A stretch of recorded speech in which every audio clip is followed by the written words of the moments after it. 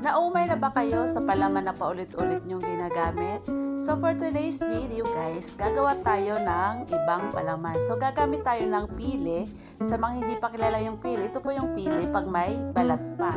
At ito naman po kapag natanggalan na siya ng balat. So para makuha natin yung pinaka-pili nuts is bibiakin natin yung kanyang pinaka-shell. At ito po yung pinaka-pili nuts na gagamitin po natin. So bukod po sa pili nuts, gagamit po ako ng ninatamis na hinog na langka, tsaka dinurog na mani, tsaka po yung gagawin kong pangpatamis is yung tamis po na nasa bao. Pero pwede po kayong gumamit guys ng brown sugar. So gagamit din po tayo ng gata.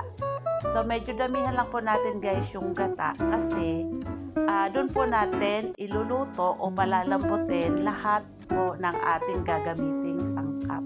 So sasalain lang po natin yung gata, tatanggalin natin yung pinakasapal niya.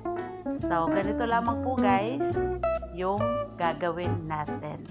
So after po natin masala yung gata is pakukuloyin lamang po natin yung gata doon po sa apoy at ilalagay po natin una yung pili at yung mani kasi yun po guys yung pinakamatigas na ingredients na doon po sa palaman na ating lulutuin.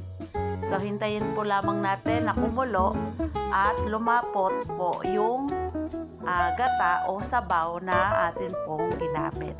So kapag medyo kulo na guys, ilalagay na po natin yung minatamis na hinog na langka doon po sa kasama po nung mani at nung pili nuts. So yung purpose po guys nung langka na nilagay ko is dagdag po siya sa pampasarap doon sa palaman na niluluto natin at dagdag din po siya doon sa pampabango. So kung wala po kayong minatamis na hinog na langka guys, pwede po kayong gumamit ng dahon ng pandan. Okay din po yun para bumango po yung palaman na niluluto po natin.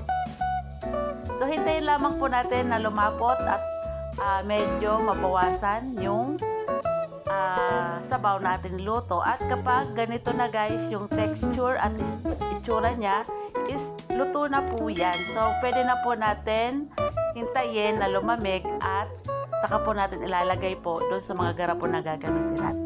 Maraming salamat po sa panunood.